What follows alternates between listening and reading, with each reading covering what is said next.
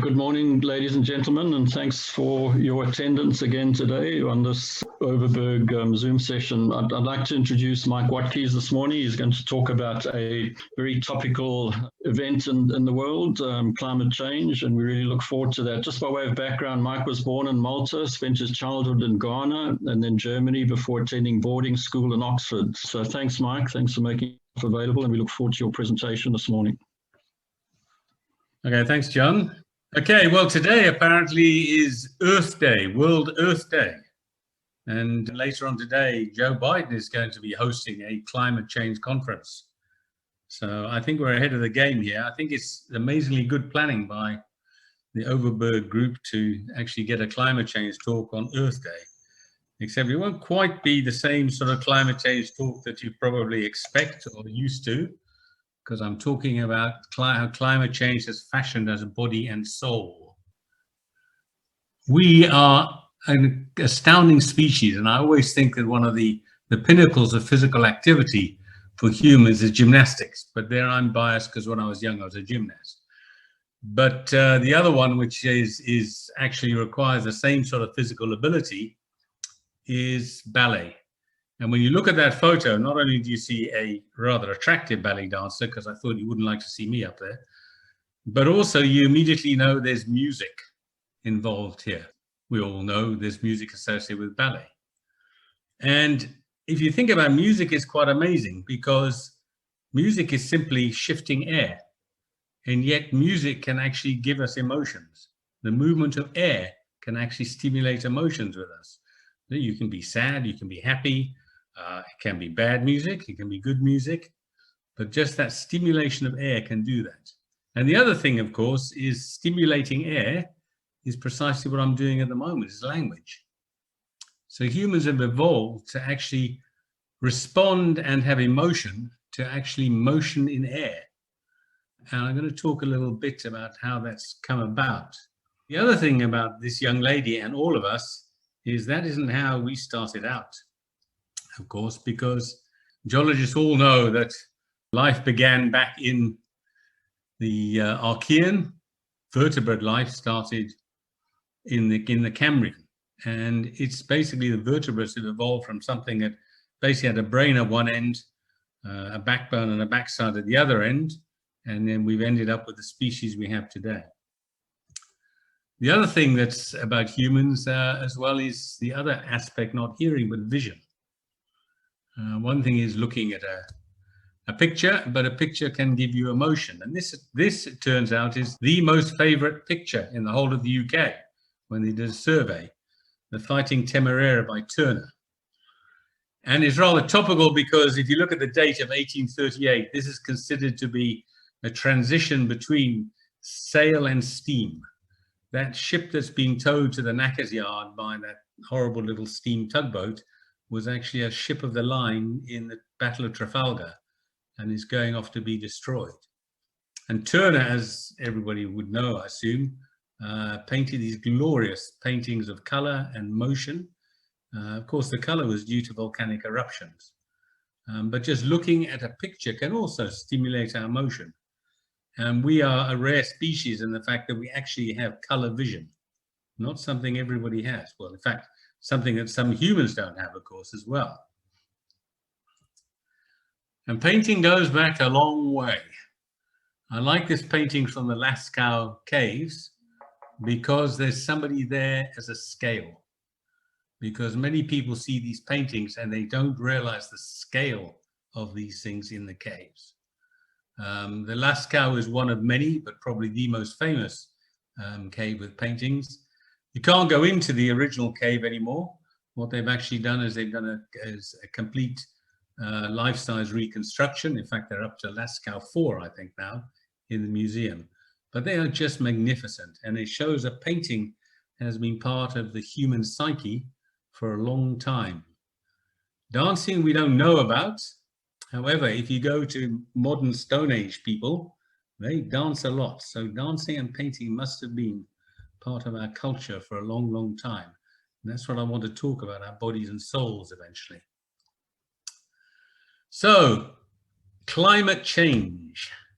Really, it's discussion that's been taking place over the last 20 odd years was stimulated by this graph by Mann, published in 1998, the original hockey stick curve, 1000 AD through to 2000 AD, getting all the data he could, averaging it out and showing what has happened since the end of the Industrial Revolution. This arbitrary date of 1880, which is put on the scale, is the one that everyone wants to try to keep climate change down to a change of 1.5 degrees in a century since 1880. This hockey stick curve came in for a lot of flack almost immediately because it failed to show some very well-known events. And in fact, what I'm going to show you in this talk are graphs that actually predate this. Partly because I gave a talk recently about this, showing people what was out before this one got constructed. He subsequently actually produced another one with the data which was a little more realistic, well, at least it reflected better what we actually see as opposed to, or we know about, as opposed to that particular graph. So, controls on climate change. Let's do quite a quick revision. It's like a big boxing match at the moment between two groups of people. In the red corner, we've got the humans, the human-induced climate change. Agriculture started the rots with us, with deforestation. We even get people claiming that the beginning of rice paddies actually caused methane increase in the atmosphere. And then, of course, the problem with the Industrial Revolution, which started around about the mid-1700s in England. And the real problem child there are pumping out greenhouse gases, CO2 and methane. Just put a little reminder in there about what an average atmosphere composition is. When we're talking about CO2, you're talking about 0.04 or less % in the atmosphere. And methane, you'll see, is 2 orders of magnitude less than that. Now, methane is actually a worse greenhouse gas than CO2. But clearly, the problem has been that all our coal deposits were deposited over millions of years. And in a space of 200 years, we've basically taken all that carbon and chucked it back up into the atmosphere. Obviously, trying to sort out what is actually human-induced and what is natural is the big problem, because there's no real good marker that you can use. So in the blue corner, we've got the problem of natural climate change, Milankovitch cycles, which is the orbital forcing of the Earth's climate, change in tilt of the Earth's atmosphere, 41,000-year cycle. That's been the most important one for the last 15 million years, apart from the last 1 million. Then there's eccentricity of the Earth's orbit around the sun. There's 100,000-year cycles. That's been the most important for the last 1 million years.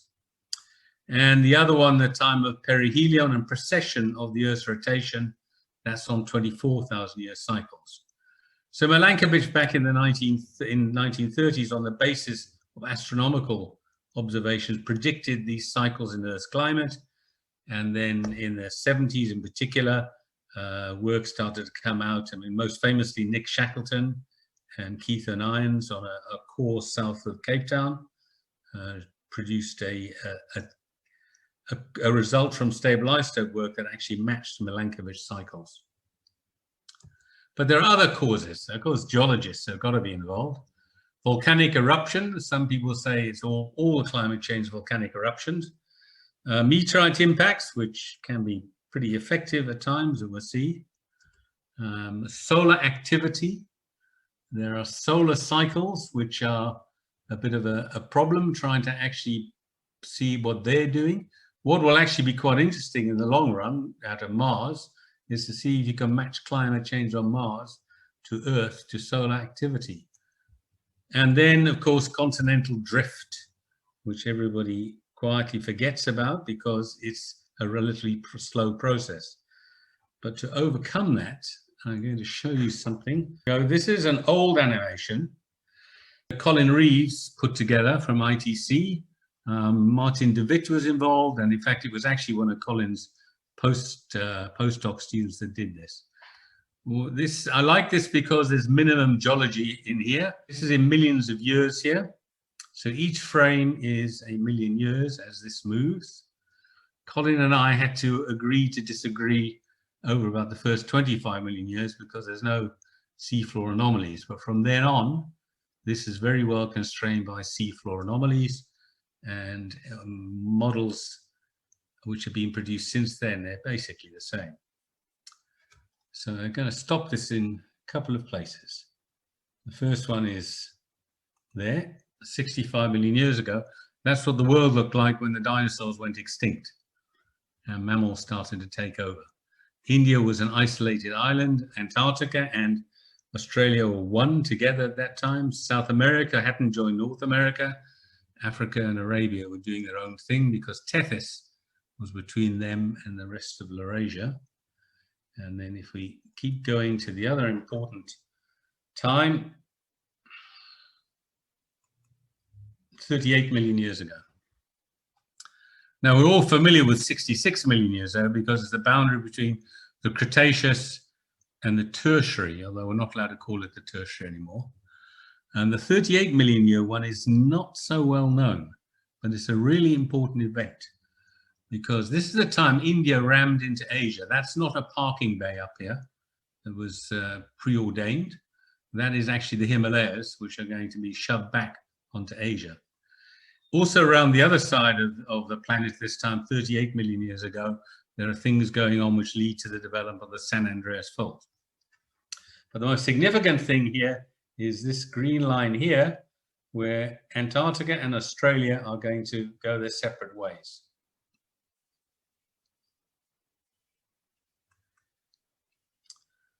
So for the first time, we have an opening around here, which allows a circumpolar current to develop, circumantarctic current to develop, and Antarctica starts to cool down.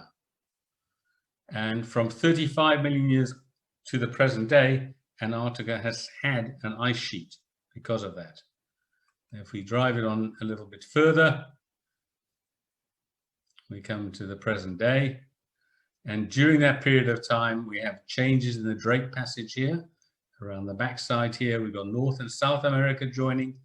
And so all of this has affected the ocean circulation. Now, my first degree was actually in a geology and oceanography department, which is the reason why I quite enjoy getting involved in oceanography and have been involved in some offshore stuff here.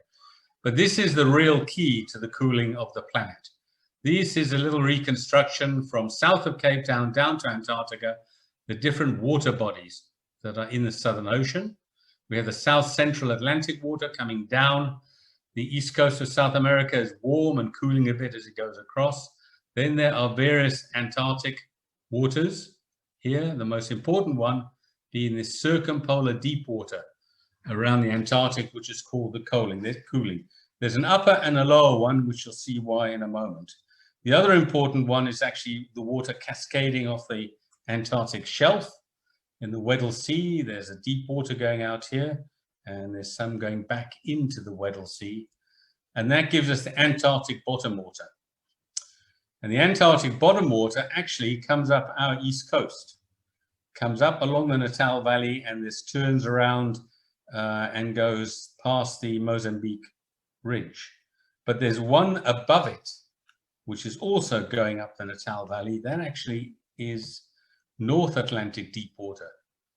And that is north. It's not a mistake. That is North Atlantic deep water.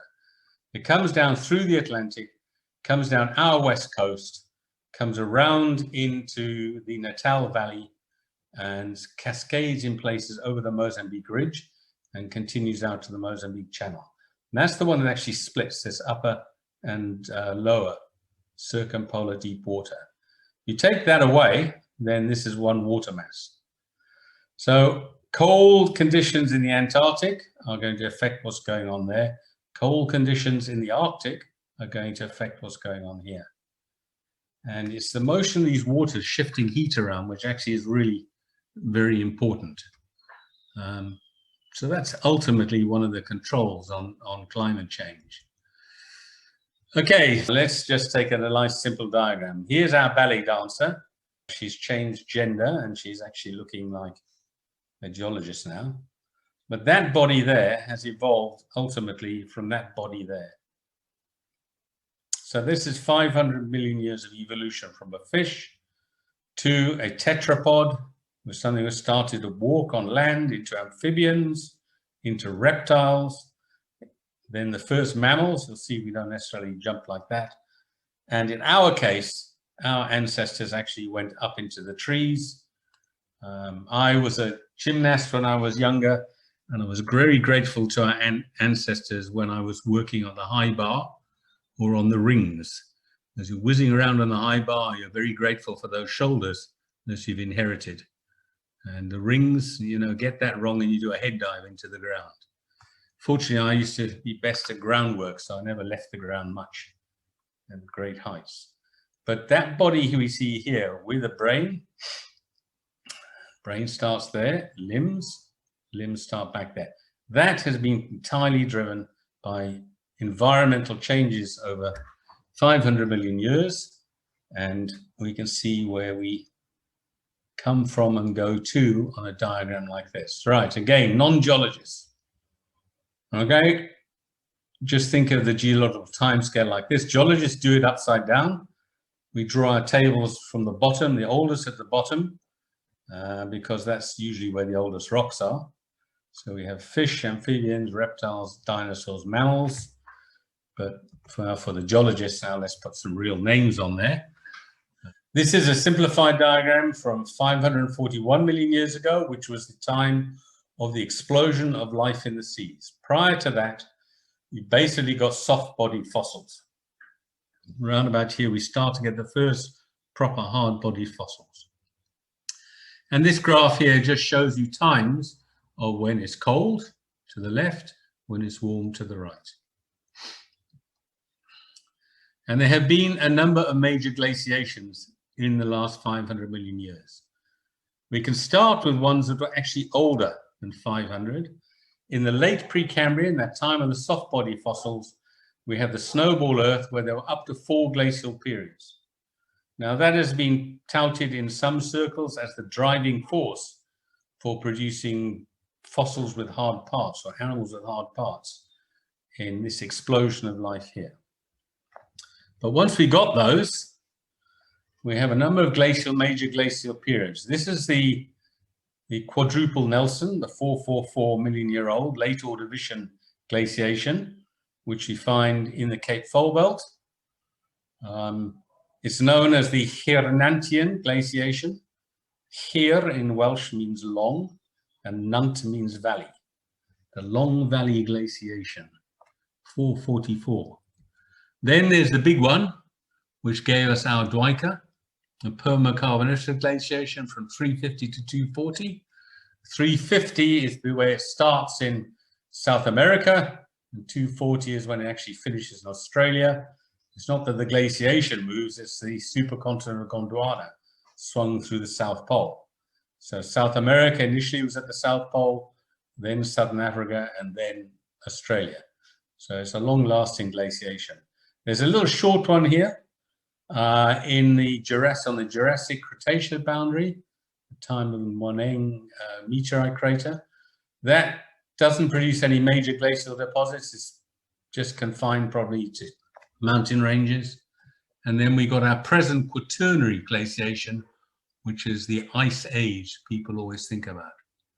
So our little fish from down here has got to evolve all the way through all of these events to produce us at the top there. I gave a talk, I was invited to give a talk a couple of years ago at a conservation symposium as a plenary speaker because they wanted to know a little more about past climatic changes. They didn't like this at all. I heard in discussions afterwards, people were saying, no, this isn't what actually happens in the past. Okay, so we got that, trying to evolve from a fish through to us there. And then interspersed in there are extinctions, of which these are the 6 major ones. But in fact, each of these boundaries here is an extinction because all of these names and boundaries were actually defined by paleontology. a significant change in the flora and the fauna at the time. So down here with this late Ordovician glaciation actually corresponds very closely to the, again, extinction event there. Some people want to relate it to the glaciations. Others say, no, it's a gamma ray burst out in space that radiated the planet. And of course, you get people throwing in volcanism as well. Then we have this late Devonian change over a long period of time. There's quite an environmental change there over that period of time, like 13, 15 million years, to give this Devonian, end Devonian extinction. Again, a number of events have been put in. Then the big one, the Permo-Triassic extinction, 252. Again, there's evidence for climatic change as we come up to that boundary, but that coincides with the age of the Siberian traps. And so the Russians are blamed for that extinction. The Triassic-Jurassic extinction, which will be in our Elliott Formation. Roger Smith has worked across that boundary, looking at what's below and what's above there. And then the one that most people know about, the extinction of the dinosaurs 66 million years ago, which is ascribed to meteorites hitting the Yucatan Peninsula in South America. But at the same time, or actually just prior to that event, there was an eruption of the Deccan Traps across in India, but this event is actually recorded within them. This event here, that corresponds nicely to the Central Atlantic Magmatic Province. That one there is Siberian Traps. This one, there are various events, some of them across in Australia, which could be part of that. Again, this is the same time as the uplift of the Appalachian Mountains, which is considered to be maybe the reason for this Ordovician glaciation. I think the only ones you're really certain about is this one here and this one here as the major event. The Cape Mountains you guys see down there, the Cape Supergroup, actually span this period of time. As you drive inland, you go into the Karoo Supergroup. It spans that period of time. And down in the Southwest Cape, I don't know how anybody puts in the boundary between the Cape and the Karoo Supergroup.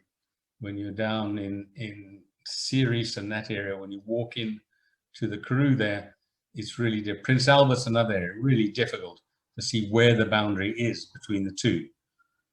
So it looks as though we've got a virtually continuous record from the Ordovician, maybe the top of the Cambrian, all the way through into the Jurassic in this country. It's a spectacular record.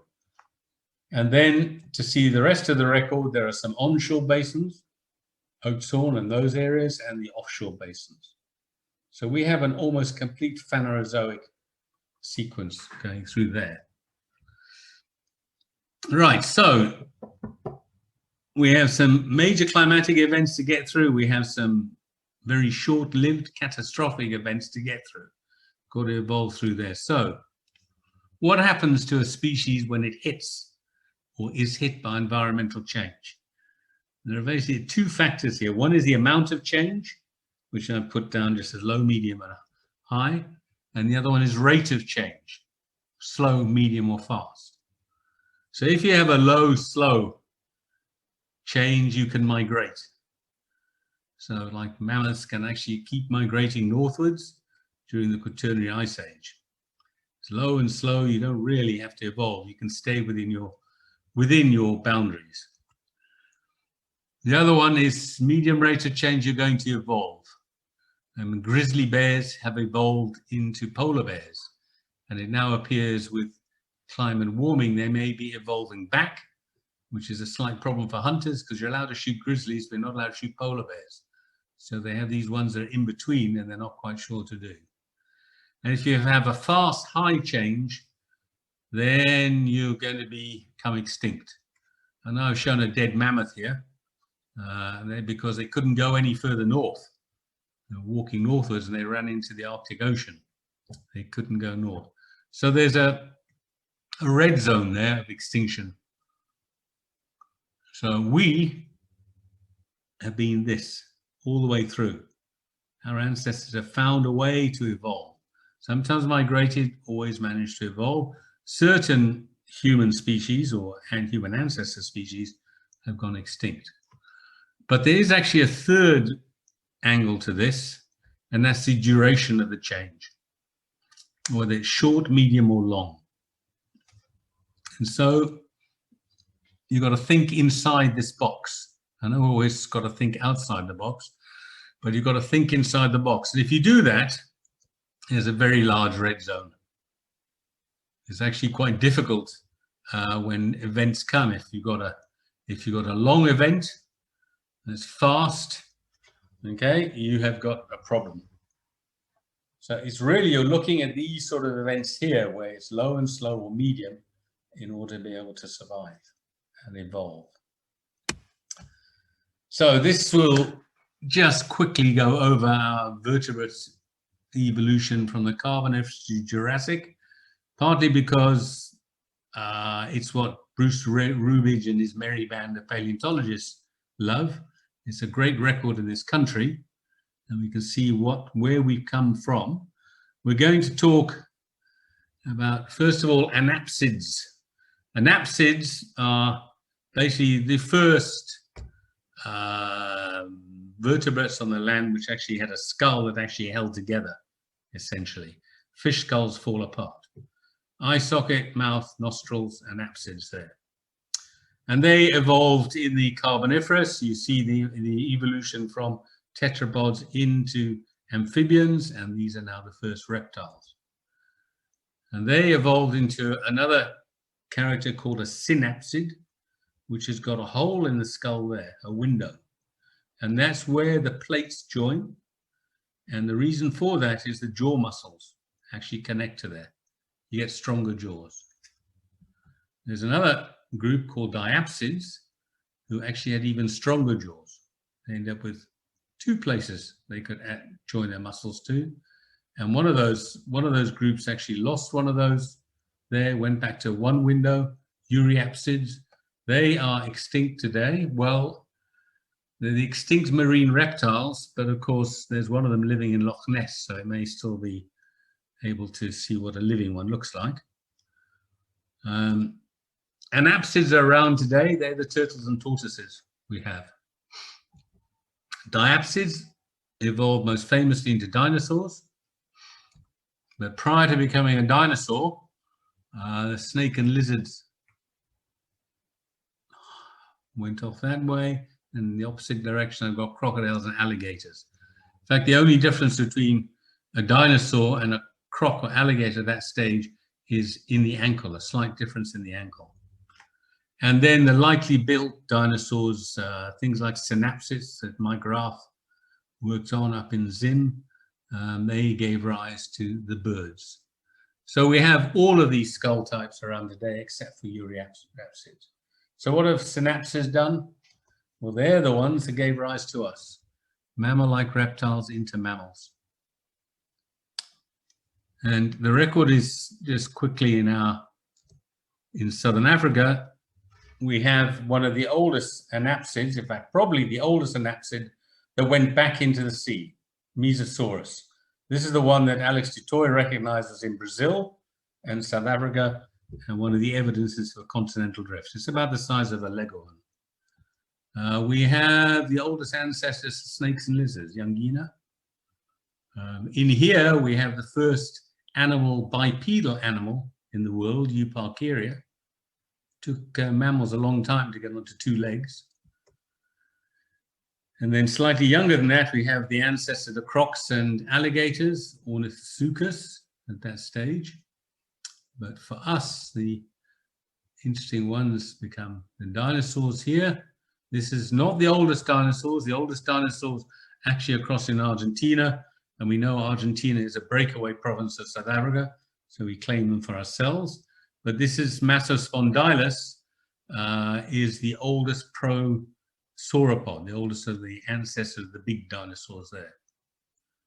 Meanwhile, with synapsids, Cynognathus, and this majestically named Megazostrodon, He's about the size of a small mouse. The mega is really optimistic. And that is where we go. Those are our ancestors there. So we've gone from something which is a reptile down here through to something that looks like a cute, furry little animal there. Two important things I've spoken about. One is hearing. Is these guys' hearing is pretty bad down here. What happens is the jawbone evolves to give us our inner ears. All the bones are inner ear. And then later on with the eyesight, we're going to develop some colored vision. Now I'm going to jump now to, oh yeah, I have to say, for the sake of the people who like to hug fossils, none of them were harmed during this reconstruction. So I'm going to jump now to a period of time just a little later. And without telling you what this graph is, if you look at it, I think that line there, there's as many data points off to the left as there are to the right. That's the sort of average running through that. That's the climate change in the past 70 million years. So this is our KT, or we should call it the KPG extinction nowadays, the Cretaceous Paleogene at 66 million years. Dinosaurs went extinct. Mammals were around before this, but this is their heyday when they really come into their own. These data points here are Del 018 oxygen isotope data, which are converted down into temperatures here. And on this graph, that is the present average temperature around the world on there, 0 degrees. So you can see that average that we agreed on the last 70 million years is actually a little bit warmer than here. And you can see there are some very much warmer periods of time here. This period of time to about 35 million years ago was much warmer than today. It's the greenhouse. And about 55 million years ago, we had a Paleocene-Eocene thermal maximum, and that's about the time of maximum radiation of mammals, mainly because there was a niche there. All the dinosaurs had gone extinct. And the early Eocene climactic optimum was there. Temperatures getting off at 12 degrees warmer than today. Then Antarctic ice sheets developed 35 million years ago, and we start to see a stepwise cooling of the planet, ultimately the northern hemisphere ice sheets. So at this stage here, our ancestors were a bit like that furry little critter I showed you earlier on. But during this stage here, we go through an evolutionary process of going into a creature that lives in the trees and then comes down from the trees to give us our present body. After 35 million years ago, we say it's an ice house. It's not really an ice house, but in comparison, the temperature is coming down and down and down, and we go into the Quaternary Ice Age of today. So how has that temperature come down? We've got Milankovitch cycles, but superimposed on that are actually larger effects. That separation of Antarctica and Australia, that drop in temperature there is when that seaway comes through. And you get a Antarctic current, and that's when the ice sheets develop and we're quite cold. Temperatures go up a little bit there, and the next time they come back down is here, where the Drake Passage between North and South America widens, and then also North and South America join. That changes the circulation pattern in the Atlantic and Pacific Oceans. The temperature drops down there 15 million years ago. And then 2.5 million years ago, as India really pummeled northwards into Asia, is uplifted the Himalayas, increase in rainfall, the monsoons we see today. That causes increased weathering and reduction in CO2. If you have water plus CO2, you produce carbonic acid. Carbonic acid is doing the weathering, gets washed down the rivers and gets precipitated as limestone in the seas. So that's this big stepwise cooling we start to see coming down here is this event there. If you remember, I said the Human-Induced event has been related to the uplift of the Appalachians. Same thing, increase in rainfall at 444 million years because of the uplift the Appalachians, CO2 flushed out of the atmosphere. And a couple of other things in here. What's this? Why is this so hot here? It's enormously hot compared to what we can see there. And that has been ascribed to the opening of the North Atlantic. Initially, the North Atlantic was opening between Greenland and Canada. But about 55 million years ago, it actually took a different route, and it opens between Greenland and Europe. It forms the North Atlantic Tertiary Province. So you've got places like Skiergård in Greenland, and you've got Skye and Mull, and the Basalt Province in Northern Ireland. And that event is considered to have caused the release of methane hydrates from submerged continental shelves. And that's pumped that into the ocean and the atmosphere, and we've got this increase in temperature to this 12 degrees warmer. And that is really what people are most worried about with climate change at the moment, is that if you do have an increase in temperature caused by CO2, that increase in temperature is going to release the methane hydrates, which are in the northern parts of Siberia. They're actually on land, but there's a very wide continental shelf north of Russia going out to towards the North Pole. And that's the real fear, is this stuff is going to come into the atmosphere, and it is worse, much worse than CO2 as a greenhouse gas. There's another little interesting thing in our evolution story, and that's grasses. At about 35 million years ago, grasses changed into what we call C4. I want to go into the photosynthesis of this. Now, C2, C3, and C4 grasses. That is actually, that event of evolution of C4 photosynthesis has happened a number of times, probably as much as 45 times independently in different plants.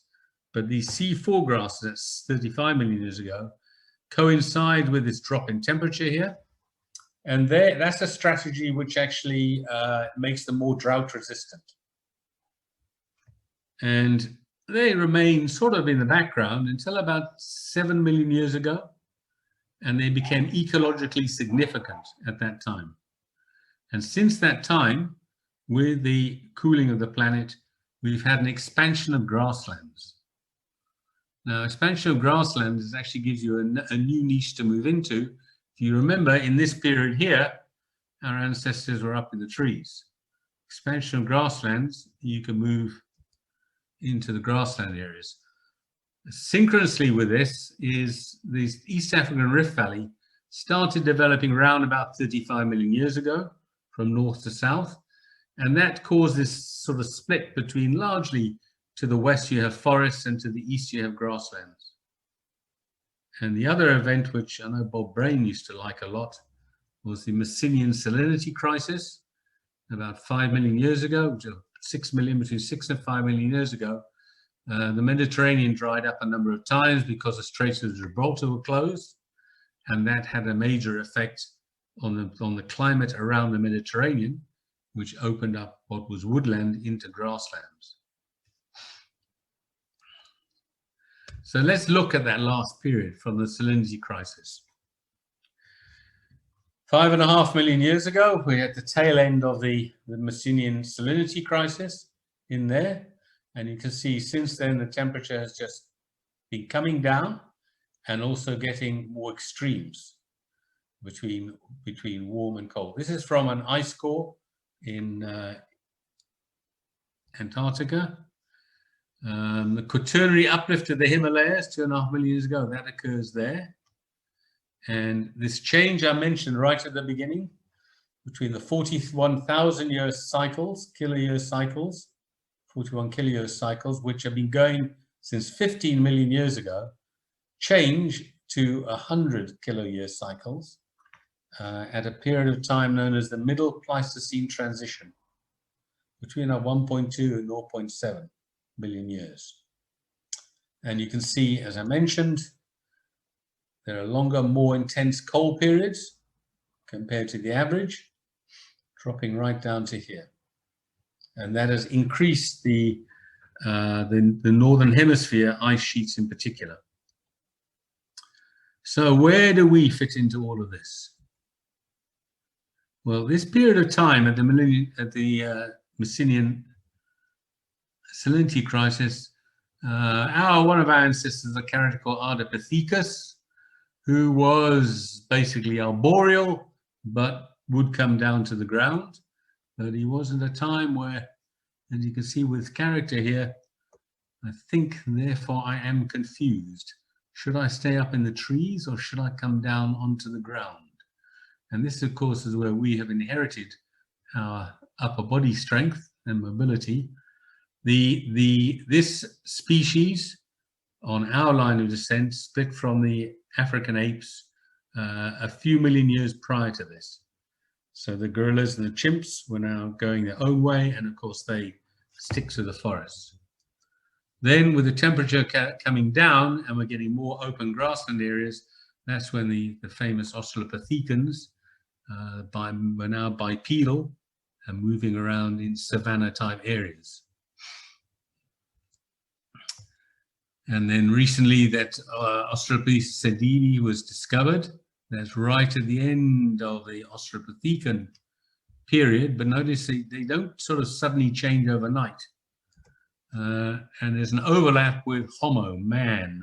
So Homo should really be human.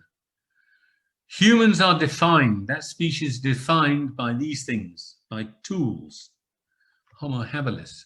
But it's becoming, certainly in East Africa and also down here in the cradle of mankind, suspiciously looking as if these Australopithecans also may have made tools. But that's not going to change the names here. But this is the beginning of what we would call man, and we always learn that man, the tool maker, separates out from other species. I think there's another reason why modern people have been separated out. And that, in archaeological terms, is the Paleolithic, Old Stone Age, but we don't use Old Stone Age for here. So this is our ancestry, in that we have evolved during this period of time of cooling in response to environmental change, which is due to climate change. Now I'm going to look, next time scale I'm going to show is actually this period here from 800,000 years. But before that, I just need to show you guys what the overall story is of Homo, if you're unaware of it. Homo habilis was the first tool-making species to be discovered by Louis Leakey, and that was named Homo habilis for that reason. I have a slightly older one, Rudolfensis, because of Lake Rudolph in those days. And that was around about 2.5 million years ago. We now know that we can go back to 3.3 million now, and there are tools of that period there. So we're back into the Pliocene. And in simple terms, Rudolfensis has evolved into habilis about 2 million years ago. 1.8 million years ago, you've got something that looks more like a modern human, Homo ergaster. And Homo ergaster was the first migration out of Africa, went across into Arabia and into Asia, and evolved in Asia into Homo erectus by about 1 million years ago. And the mini Homo erectus in the island of Flores was evolved and died only fairly recently. Meanwhile, back in Africa, Homo ergaster evolves into Homo heidelbergensis. Now, I know it's got a German name, but it actually evolved in Africa. That's because the first type specimen was actually spotted in Europe, and then you backtrack like that. And Homo heidelbergensis came out of Africa about 800,000 years ago, and in Europe evolved into Neanderthals by 200,000 years ago. And Neanderthals have now become extinct because meanwhile back in Africa, Heidelbergensis evolved into modern humans, went out into Europe and Asia, and that's where they eventually evolved into the different races we see around the world.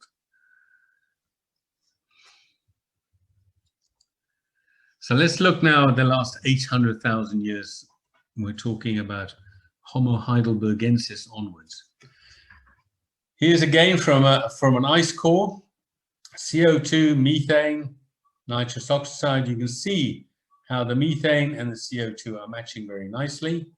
This is the switch into the 100,000 year cycles from the 41,000 year cycles here. And if we enlarge that, here's another series of graphs again from another ice core.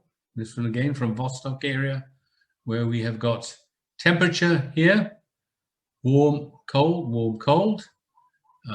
We've got CO2 and we've got dust, which we'll see in a moment what that's about. So that's 800,000 years ago was the Great Interglacial. And there were 2 warm periods, then the Eemian, which we see around our coast quite nicely, the Eemian High there.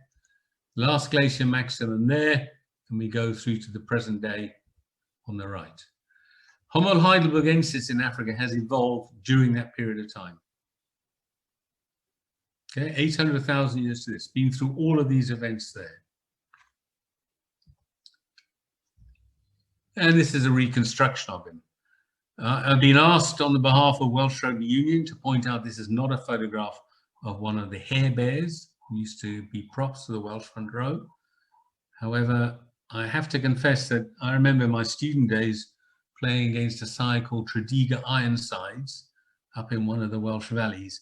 And I'm pretty sure that this guy was the person who was jumping up and down at me, trying to cause physical damage to me. But my memory might be a bit defective. But Heidelbergensis in the last of these groups is Naledi, about 250,000 years ago. Again, recently discovered, relatively recently discovered. But in Europe, Heidelbergensis has actually evolved into Neanderthals. And there's the old story that if you shaved a Neanderthal and put him in a suit, he'd wander down the street, you wouldn't notice him. As I say, I think I noticed some things like that jumping up and down on me in rugby as well. And they are now extinct, probably, certainly within the last 40,000 years. It looks as if their last refuge was actually down in Gibraltar. And meanwhile, in Africa, modern humans developed. Now, there's a couple of other things of interest here in that period of time. One is that line there, that dust in the atmosphere here. That corresponds to the eruption of the supervolcano Toba, 74,000 years ago. And in the late 80s, a model came out that this event here reduced the human population, that's modern humans, down to maybe somewhere between 3,000 and 10,000 individuals. Now that is disputed by some people. Some recent genetic work says that actually could have been quite a good estimate, but it was a major event in human history. And another one which is a little more local is the Phlegraean event. The Phlegraean event is as the Naples volcanic eruptions, and that occurred around about 39,000 years ago, amazingly cold periods straight afterwards. Okay. Now, what's interesting here, let's go into our souls now.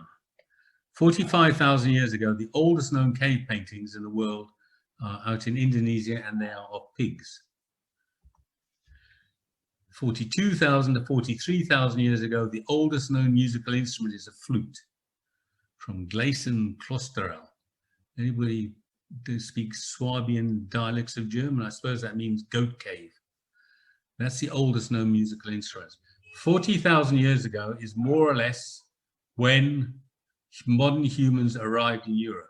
45,000 years ago is only a few thousand years after we know modern humans arrived in Australia. So these people who dispersed, these modern humans who dispersed to Australia and into Europe, they were painting and they played music. And to me, that is what separates us from other species. I know Homo, the toolmaker, but modern humans have art, and they have music, and that separates us out from everyone else. So let's go to the last 17,000 years. One of the problems with that inconvenient truth presentation was the impression of the hockey stick curve is that that's what the world's climate looked like.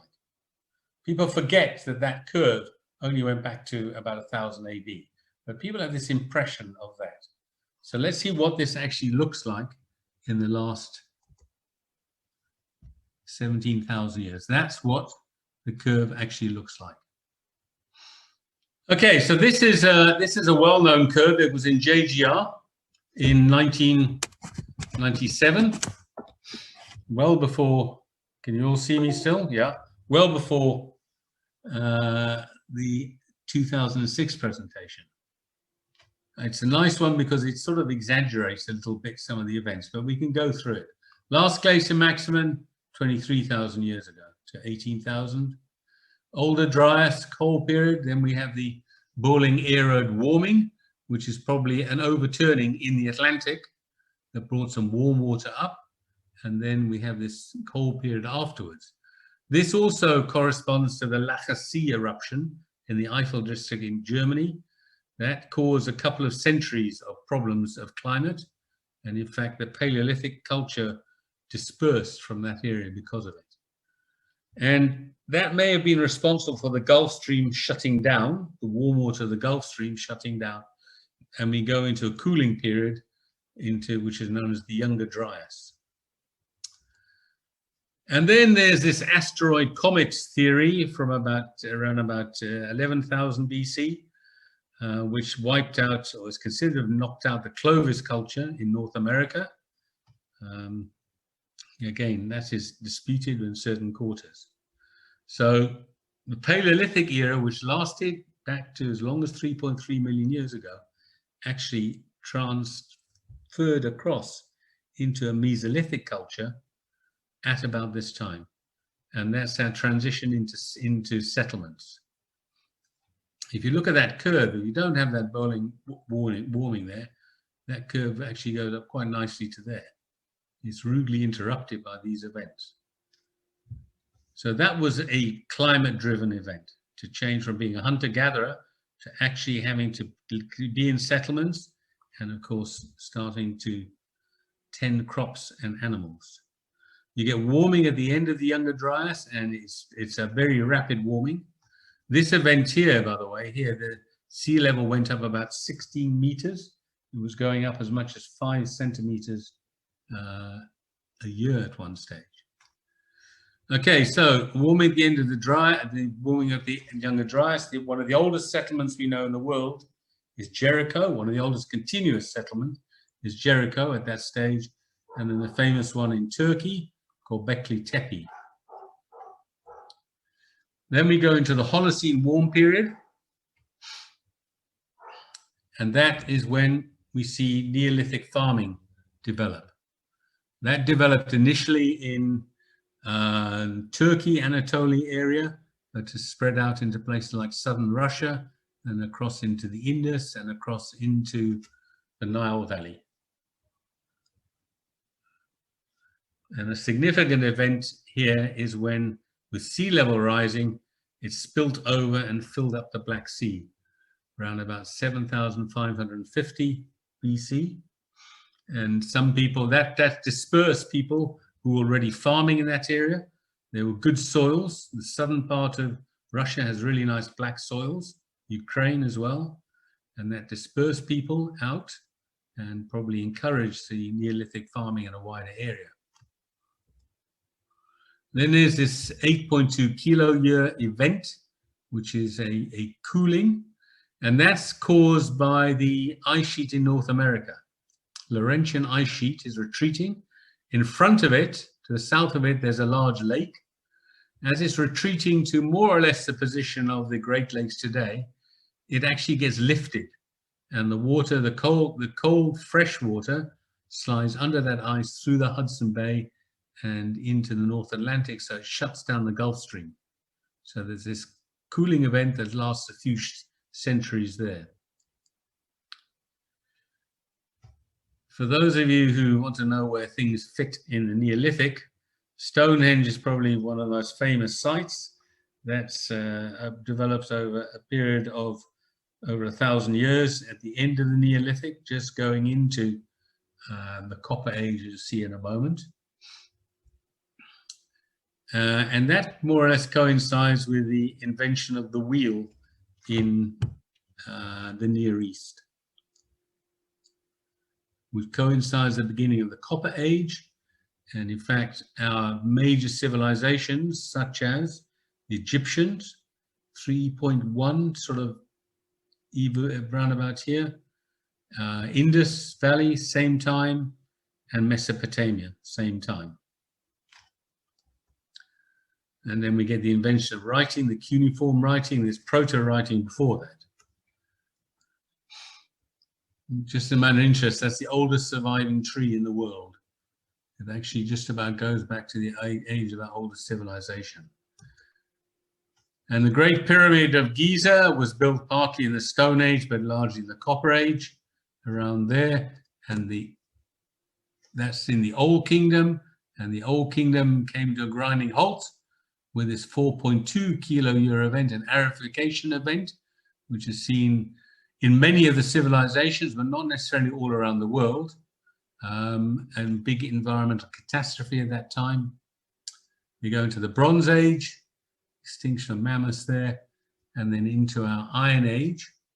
And this is where we see this almost this historical known warm period for the Romans, where we had vines growing in Britain. There's the medieval warm period, and then the Little Ice Age to get us to the present day. Now, my thing about the body, evolution of our body has actually been driven by those climate changes through time. We had to evolve to adapt to those. Our souls also have been partly that. But one of our big problems, I think, with understanding climate change at the present is this. There was a little ice age in Europe. And the logic by many people when you talk to them is that that is the norm. At that time of the European Renaissance, that's the normal temperature, because that's when all the infrastructure, all the agriculture really developed in Europe. And so changes from that temperature are a bit of a problem. It was quite an insight when we had some people from the climate panel come and talk to the University of KwaZulu-Natal to listen to them, because then I really did appreciate that actually, although they're talking about ecological catastrophes and things like that, the underlying theme the whole time was it's our modern infrastructure we're trying to maintain. So let's go to a little closer to home here. This is a paper that's it's just come out in the South African Journal of Science. Tom Huffman, an archaeologist, and Stefan Woodbourne. Stefan discovered that baobabs actually do have tree rings, and he's done some really good work on this. Can't get temperatures out, but he can get whether we've got wet or dry conditions going back through time. And he and Tom have cooperated, and they have identified these periods of severe droughts. I mentioned me being a gymnast in my youth, liking groundwork. Tom Huffman was a pommel horse man. He didn't like the groundwork. Okay, so closer to home. Iron Age people, the Bantu. Bantu migrated out of the Cameroons around about 1000 BC, went west into West Africa, went across to East Africa, and they also migrated down the Atlantic coastline, eventually ending up in South Africa. So the first guys arrived at about 250 AD on the eastern shores. The oldest site we've got is the eastern shores of Lake St. Lucia. They actually came down from East Africa.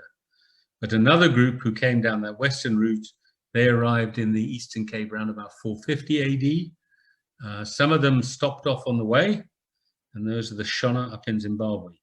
So the people who originally inhabited the Eastern Cape, the original Bantu, are actually related to the Shona.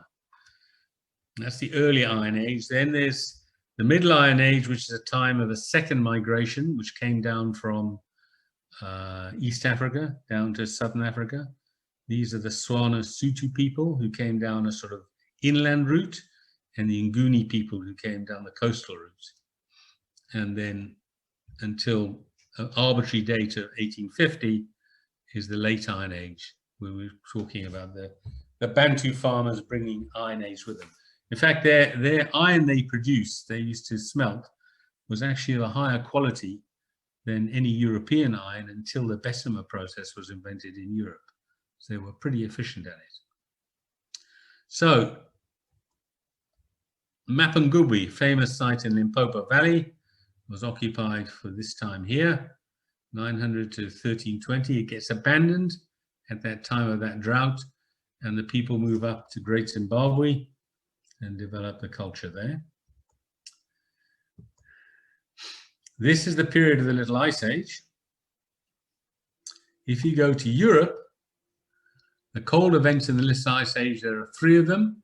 We're all more or less about 100 years apart, like that. If you go to the cold event here, it's different. It's from 1690 to 1740. So taking this stuff from Europe and transferring it down to other parts of the world, the Ice Age, is a little bit of a problem. There is another significant event here, is that little red dot there, which is 1652, which is obviously the time the Dutch put the first settlement into the Cape. And it's quite interesting to see that that is actually the period of time when it's relatively dry in the Limpopo. They've just gone through a very dry period there. So these people here have a different sort of background, if you want, to what Europeans have, being pastoralist farmers and trying to deal with these drought periods, as opposed to people up in Europe dealing with these ice ages in the air.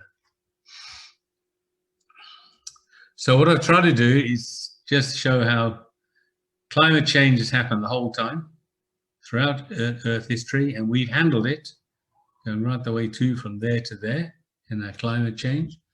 That we as modern humans actually had music and art built into us as we emerged. Modern humans emerged around about 120,000 years ago, and certainly by 45,000 years ago, we can see that migrating out of Africa, this was taken with us.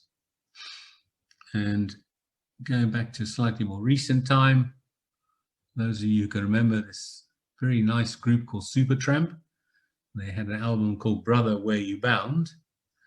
I think moving on from that period, we can probably change that cover of the album to something that looks a little more like this today. Okay, that's the end of my talk. Thank you, Michael. Lots of room for discussion. Right, question time, people. In that box that you drew, Mike, where in that box do you put us now, that box that we must look inside? That box to look inside. We're in the evolve part. We've got to evolve. We're either going to have to migrate or we're going to have to evolve. If you're going to go live on Mars, you're going to have to evolve. So, Michael, you showed the migration of the species from Africa and the various types of humans that evolved. Yeah. Is there evidence of interbreeding between modern Homo sapiens and, say, the Neanderthals? Yeah, there is. We all have a proportion of Neanderthal genes inside us. And interestingly enough, that if you look at the proportion, it actually gets higher as you move across to Polynesia. So it appears that the first, initially you're coming out of Africa, there's some interbreeding taking place. Probably they're clopping, getting rid of the men and keeping the women. It's the usual tactic when any invasion takes place. And the guys who've actually gone eventually across to Polynesia, they seem to have more Neanderthal genes still in them because there haven't been successive waves of modern humans coming out and interbreeding with them. It's Mike DeWitt here. Great presentation. Thanks very much indeed. Yeah. It was excellent. On the late Ordovician mass extinction, I was led to believe that there were 2 pulses within 1 million years And the sort of conclusion from all that was that all major extinctions really have to do with global warming rather than the ice ages. That's true. If you look at those ice ages, only at the Hernantian do you see anything that looks very close. There's a Hernantian cold event, and then there's the extinction event. Now, the extinction event, say some people want it as a gamma ray burst that's wiped everything out. But they are just slightly separate. They are slightly separate. I think with cold events, you can handle it. It's a short, sharp, you can't handle it. The volcanic ones cause chemical changes to the atmosphere and the water. Mike, just a little comment on, the sort of so-called carbon or atmospheric carbon running away from us. I mean, that's just what it is. And what you're saying is we need to adapt to that. Or is it real? Well, it must be real because we were measuring it. But there are some problems with the terrestrial measured and the remotely measured temperatures diverging a little bit around the place. That's obviously got to be sorted out. But the real issue is us. There are too many of us, and we're using too many resources. Well, now you've got to the real problem or the real challenge that no one's prepared to address. When I was a student, some aging professor would stand up and say, well, when I was a student, and he'd bang on about fixing airplanes with paper and glue and string after the First World War. Okay, so I'm always reluctant to talk about when I was a student. However, when I was a student, there was the two P's. There was the biggest concern. One was pollution, one was population. And I think we'd all have been horrified at that stage to find out that, 50 years later, that they've just been twisted around. Populations have vanished off the agenda. Yeah, I think for two reasons. One is there's a religious reason. I mean, Bernie Sanders recently in the primaries, he said something about third world women should be allowed to get access to the pill, and he was told no. Bernie just doesn't want little brown children. It was turned around on him. And the other one with population, of course, is economics. You need an expanding market to keep the economy going. Expanding market means more people. And the Chinese have stepped across the line now. They've dropped their one-child policy because they are now basically capitalists. They need an expanding market, internal market. And at that, it was quite interesting at that the climate panel meeting I chatted about, Lascaux was talking about food security. It said, no, it's not going to be a problem in 2050. We'll be able to feed 10 billion people. And you think it's not just feeding 10 billion people, it's all the resources people are using. And it's a nightmare. And the other one is pollution, that everything's been turned around now to CO2. All the other pollutions just vanished to the background. Yeah, well, I mean, people and pollution are probably the biggest, challenges that we're all blind to. I mean, we live in this lovely part of the world, which is actually very clean, but walk along the beach for an hour with a plastic bag and you fill it in no time. It's quite scary. Yeah. Well, I mean, I do these research cruises way out in the middle of the ocean, watching plastics are bobbing around you all the time. I mean, it's just crazy, but. And that is not really being addressed. When is the population growth going to stabilize? In some European countries, it would be negative if it weren't for immigration. But in other parts of the world, it's just going up and up and up. What level are you going to get to where you just can't sustain it anymore? And I don't believe you can sustain it at talking about 10 billion people.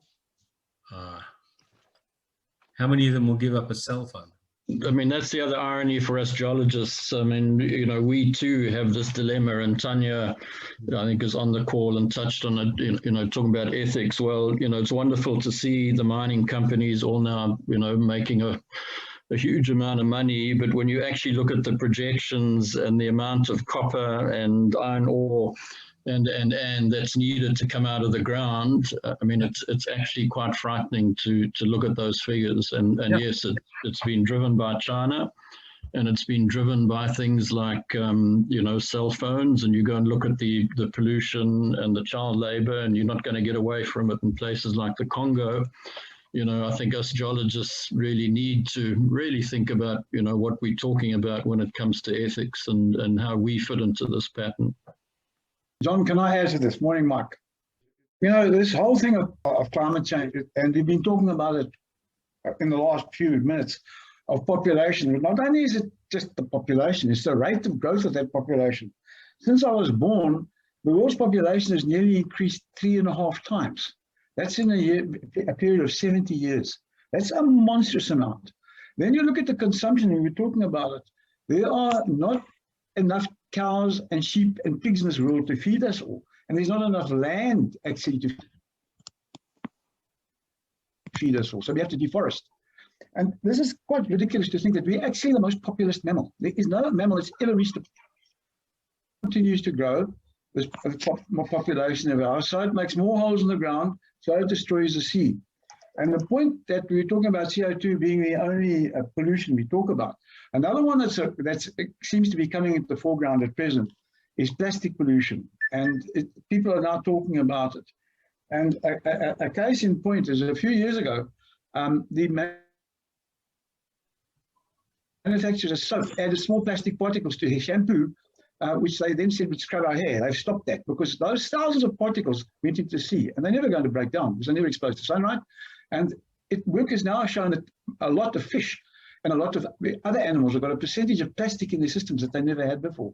So there is an enormous amount of pollution that we're contributing to on this planet, not just CO2, it's a lot of stuff. Yeah. Thanks, Keith. Okay, back to you, Mike. You were saying? Years ago at a braai with Andy Killick was there, and I said to something to the effect of him, I tell my students that geologists sometimes have a responsibility not to find ore deposits. And he said, of course, Andy I think we're still working with JCI then.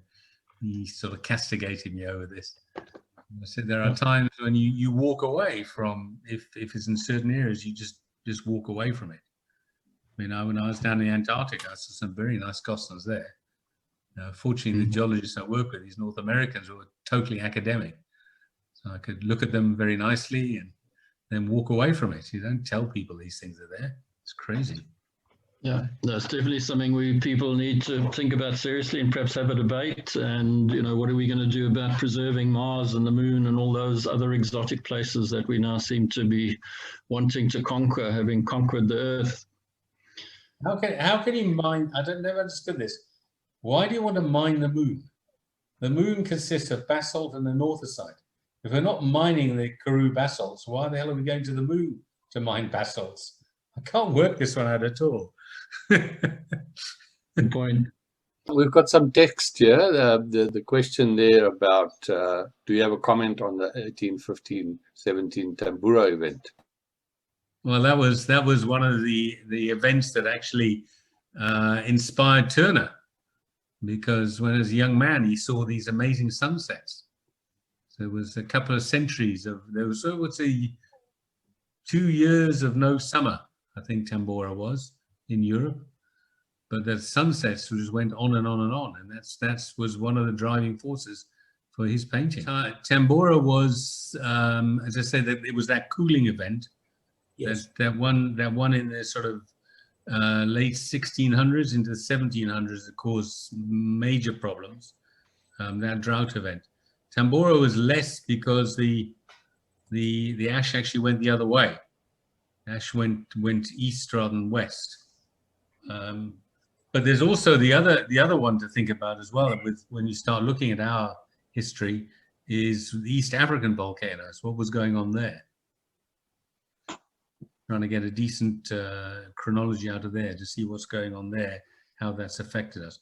I mean, it's the sampling in Lake Malawi is quite interesting, trying to match things up there as to what's going on. Okay, and then there's the question, what's your opinion on Origins by Lewis Dartnell? Origins, our origins. How Earth was shaped by human history, a very worthwhile read, according to John Blaine. We have been shaped by the Earth, which I hope I can see from there. And what's happening now is we are trying to shape the Earth. But in the long run, if you all think about it, we are going to go extinct as a species. Every species goes extinct. It either evolves into something else or comes to a grinding halt. Ultimately, we're going to have a major problem. The resources are going to run out, and we're finished.